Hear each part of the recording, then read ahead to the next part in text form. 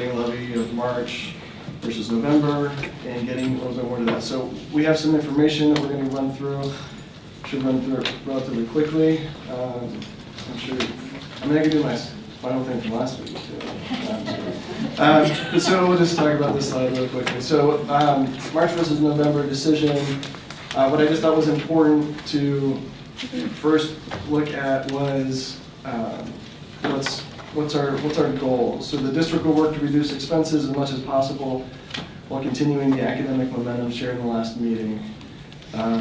What I thought was important about this chart is just being aware of when we're talking about increases in expenses, where those increases are generally coming from. You'll see that black line is the average increase for total expenses. And what you'll see is the areas that hit those line items are salaries, benefits, and capital outlay. Capital outlay makes up 0.7% of our total budget. So even though it's a large percentage, it was just, as of right now, we've kept some money as an emergency in case we need it. So even though it's high, it's skewed because it was relatively high in one year. At the same time, it's not very much money in our budget. And so that's not really what's driving this whole thing. Currently what we're looking at is salaries and benefits. We're 83% people again, just a recap.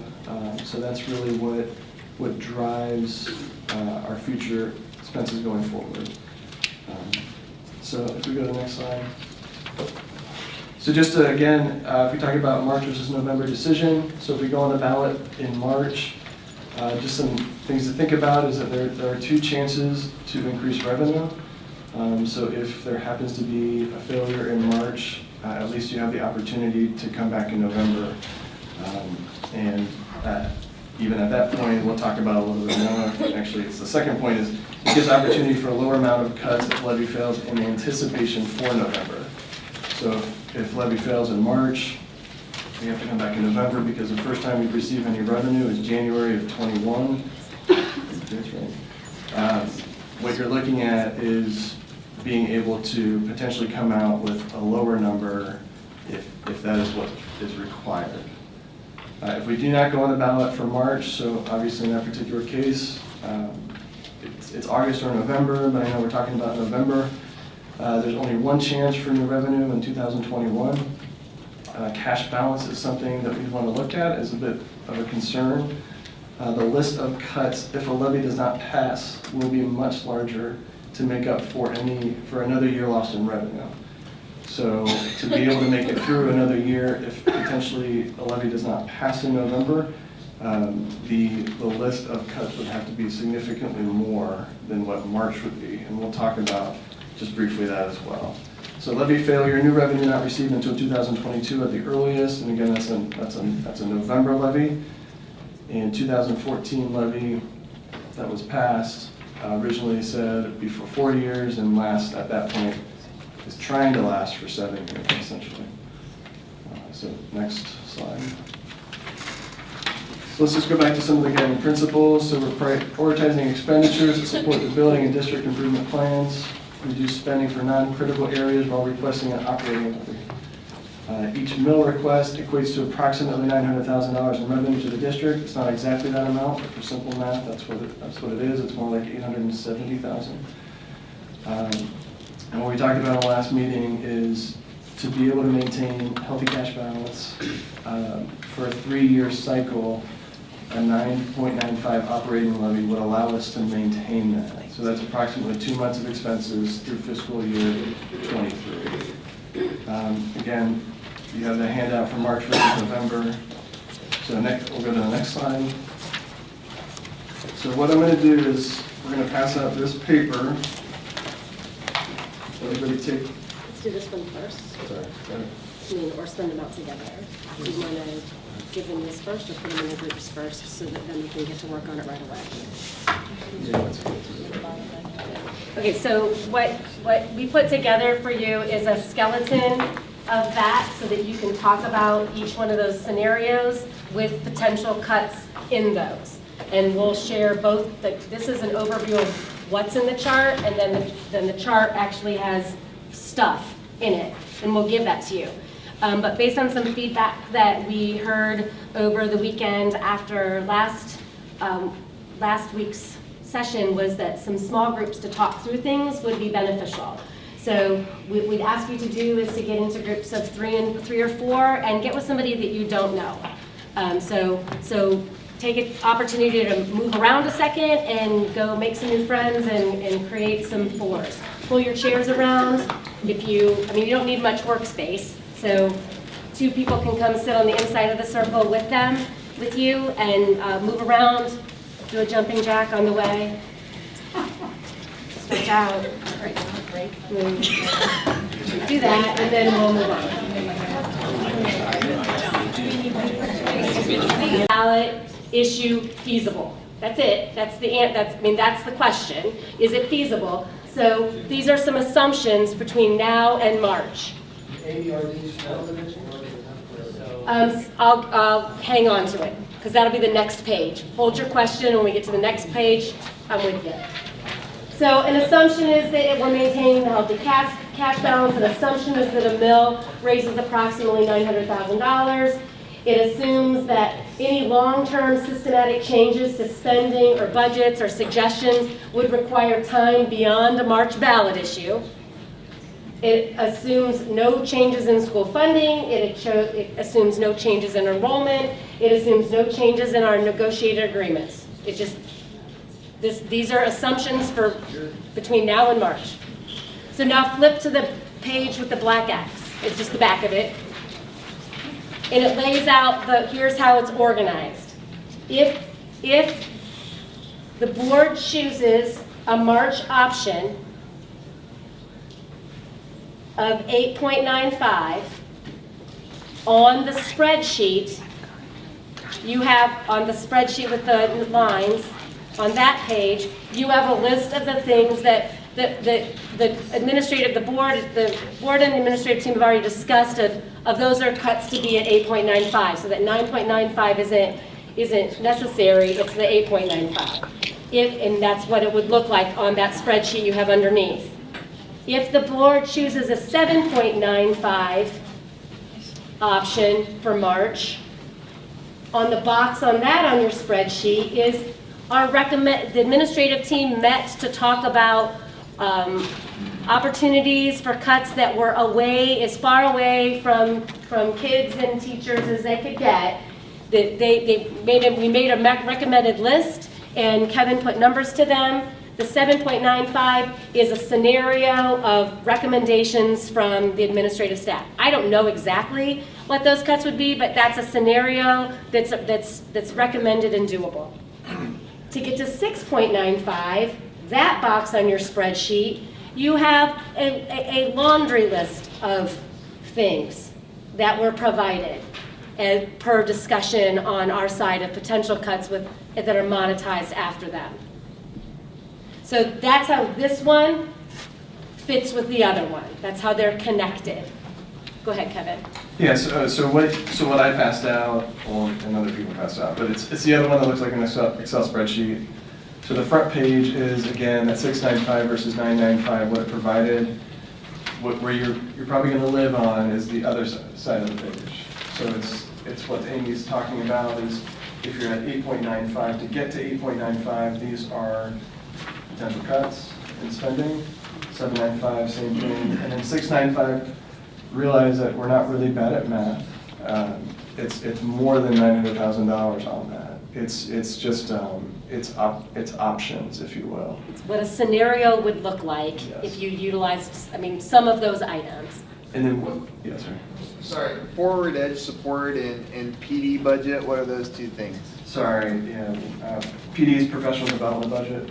So that would be not necessarily just for teachers, it's really for all staff in the district. And then forward edge is our technology support. Okay. And then when you get down to the 6.95, what you can see is we're not necessarily suggesting how many of those positions. What we do is we have a key that tells you roughly what those positions do cost on an average basis. The reason why we put less tenured teacher on there is just the reality that if you are talking about certified staff, It's not necessarily the average teacher salary because of the way that tenure works in school districts. They would be bumping out somebody who's lower on the scale, most likely. Does that make sense? Yeah. Okay. So if we want to go back one slide actually. And this is just what's important is just realizing, so in the parentheses, that is the annual dollar amount per $100,000 home. So 8.95, 7.95, 6.95. So again, that's per $100,000 appraised home value. Yes, sir. So we had an operating levy from 2014, correct? Correct. And that sort of ran out. Well, my question is this on top of that, or is this part of it? Yeah, it's on top of it. So what I'm paying now plus? Correct. Okay. Yeah. And we talked about that in the first meeting about the stair step of expenses versus revenue, and we can talk more about that, Mr. Hall. But there's a reason as to why it exists that way. Yes, sir. In the last 20 years, there's been a bunch of operating levies passed. Can you give people perspective as to what the millage was for each of those, just ballpark? Yeah, so I can give you the last three. They were 5, 6, 3.5, and 3.5. But the 3.5s were for 3 years. Yep. And the 5.6 was for 4, lasted 5, now it's lasting 6. And so But it's been demonstrated that a 5 mil, 5.5, 5 to 6 mil has been demonstrated that can last more than 4 years. It can. So what we're doing right now is we're making up for lost time, essentially. Sure, yep, gotcha. So we have a question with, want to start with this. Yeah. Why do we keep using the words, "it's run out," when we're still always paying it? Like, it's Yes, never I never said stopped. that. No, I didn't, you didn't, but he did, Yeah. and so our question was, Sure. they're permanent levies, they're never renewables in Loveland. So we're still paying those millions of dollars every year to the school, so every levy we now pass, you're getting that money on top of what we're already paying. It's not like we stopped paying the 4 and now we're saying, can we have 5? You're getting, and I'm just using, these aren't the numbers, but you're getting 4, now you're asking for 5, so really you're getting 9. Yeah, well, But then not the amount of necessarily. money, Not necessarily. not the amount of mills. Yeah, so the The bills have millage, gone down. is reduced. Right, So- but even if you It's talk not about money, it's on top of what we're. It is. Yes. Yeah, That's so, what I wanted- yeah, and so, I mean, for those who were not at the last meeting, just to quickly talk about why that is, because it's something called House Bill 920, it was passed in the 70s. Essentially, the school district does not receive any more money on voted millage for current property. So, you know, there is a little bit of an increase if we do have new property. We don't have as much new property as maybe some people think. We've had about 1% growth in the last 10 years. So what happens is the revenue that we receive from those levies, it basically flatlines. And so if we're a highly people business, we're talking about, and when we looked at that one slide, when we're talking about salaries and benefits, those naturally increase over time with our current staff. And so you're seeing expenses increase and you're seeing flat revenue. So that's why, if you want to use that term, that's why they stack on top of each other. So that over time, your effective tax rate actually does decrease, because when your home value increases, if you haven't had a voted levy, the millage decreases, and so what you're technically paying on your asset goes down. So going back to this, so just On your understand. spreadsheet, do you have time for questions on your spreadsheet? Yeah. Well, let me finish this one out. Yeah. So scenarios for November. If we get to November, the cut list must account for a loss of another year's revenue, and so it would have to be a higher cut list essentially in November. And I ran the numbers. If it failed in November to maintain, and this is based on the current forecast, the required millage just to get back to what we're doing is 11.5 mils. So that comment is represented on the black X side on the far column. So that's if the November option fails. Yes. Option fails and you want to stay where it is. If you want to get back to, let's say you're going for 695, we have to make roughly $4 million in cuts for that next school year to get back to a 6.95 mil levy. Let's say in March or November, you're saying 7.95, well, you actually need closer to $5 million in cuts because you haven't cut it on the front end. Does that make sense? And then we would just ask for it again in a different way a year later. So, so the conversation tonight is a March levy feasible? So you can look at the spreadsheet you have, lists scenarios of possibilities for 8.95, 7.95, and then 6.95 and below, based on that list on that spreadsheet. If, as your group is talking, and someone says, I don't think March is, I want to talk about November, then move your conversation over here. To the middle column. I'm sorry? To the middle column? All the way, all the way over. That's my question. Because if Failure in 2020 means failure in November. Yes. Yeah. So that's what I'm confused, because you say, look at this whole side. I'm saying, do you then look at the middle, which is basically the same as March? Right. Because you have the same revenue coming Right. in. Yes. Correct. And so if you're making the cuts planned for March levy, and you get it passed in November levy, it's the same number of cuts, or not? Right, so It is. if Wait, we get to that's not what they're November, saying. Wait, what was you said if you fail in March and you pass in November? No, I'm saying you don't do March. Yeah, then it Because would in my be. opinion, you're not going to have things worked out to be able to put it on the ballot in 2 days, or 2 weeks, which is essentially what you have to do. so in my view. so the conversation at your group is so go back to the conversation that we had last week of what were those big ideas. You have that on a sheet in your PowerPoint, or what were those key themes that were problematic for November. Those big ideas that we talked about came out of what led to your vote. We're going to have to, if we don't pass in March, if we go in March and we don't, we can say we can go back in November. If we don't go in November, we have to be clear about what the cut list would be. If we go in November, we have to be clear in what the cut list would be if a failure happened in November. So it's not that the cuts have to happen before November, it's that we would have to be clear about what would those cuts look like Failed if in it November. failed. So when you're talking on your spreadsheet, the block there for your conversation is meant to help guide that conversation. So to get to what Kevin said, if you're going for 8.95 in, so anytime it says May on here, it should say March. I thought I caught all of my typos, and I now see it didn't. So actually, no, this one was right because it's talking about the next May. I apologize. Everything I typed on this, I made March, May, so now I'm here. So if you were to fail in November, you have to talk about what would May look like. You would get you would have to take all of those 7.95 cuts, and then you would have to look on that list and total up another 2.2 million.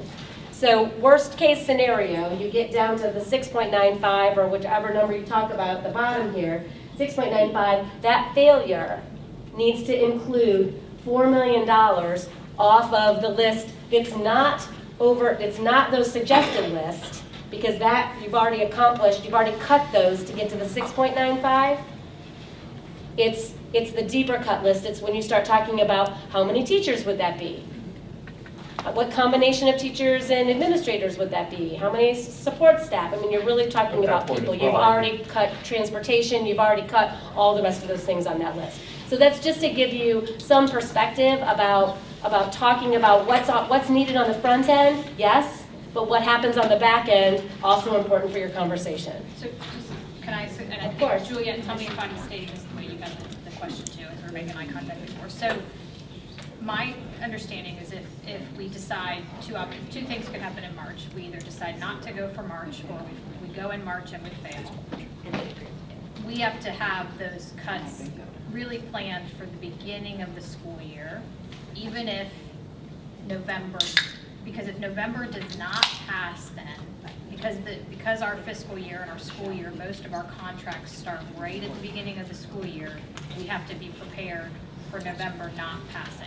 I mean, I guess it depends. Or it's a really big cut Yeah. January and into the following year. So, I mean, just to kind of simplify it, I mean, you could look at it different ways. So the way that I would look at it personally is if you're looking at March, let's just say it's X%, it's X millage. March fails, well, then November is going to have to be lower. I mean, maybe I'm just speaking out of turn, but that's, to me, that's the reality of it. So you would have to go into March even with some ideas of potential cuts to get down to a lower millage. So if you fail in March, you go in November, you would shoot for, you have the opportunity to have less cuts to get to a lower millage amount. Then you hit November. If November fails, and we're talking about 4 million, we're more just talking about the next fiscal year. I mean, there's potentials that we could do some things in January. There's some things by law we cannot do in January. So to kind of simplify the math, we're looking at $4 million for the next school year, cutting out $4 million at the beginning of that next school year. Yes, Chuck? So when do the existing contracts come up for renewal? I mean, so anything that's on here would be at the end of the...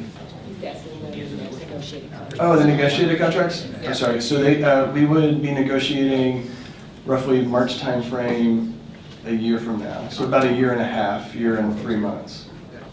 So they come up at the end of fiscal 21. And is there money to continue the existing services through the end of fiscal 21? Assume nobody passes the levy between now and the end of fiscal 21. Do the existing services continue? Yeah, but one thing I want to look at is how much cash balance there is, because then you're getting into uncomfortable areas potentially where you're not making payroll.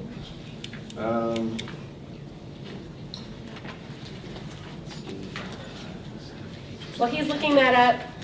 Do you understand the papers that you have for your discussion? So what I have a question, I mean. So what we're going to ask you to do, and I'll answer your question, what we're going to ask you to do is to talk about that and then give each group a few minutes to report out on it. Ultimately, you're going to share your own personal opinion.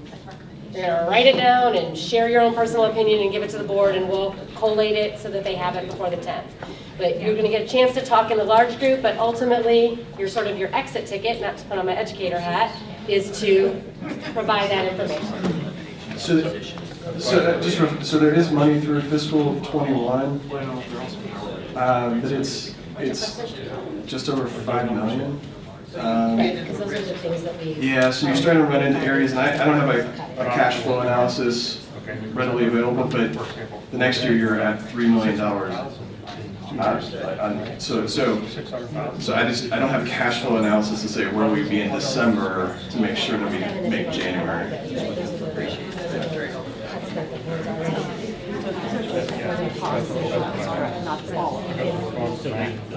So there's no numbers. So I would suggest that you provide asking that and then It'd be helpful to know what the numbers are. Forward ed.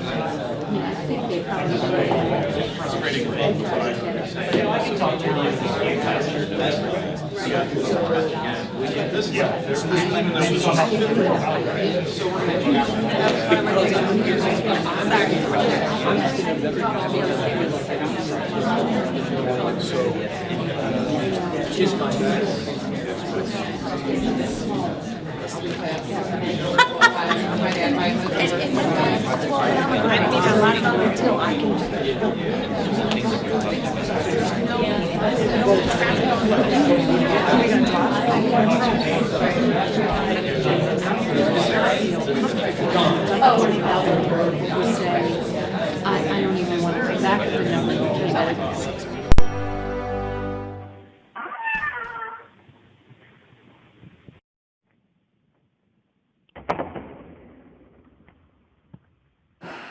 Now we're cooking with gas. Here we are.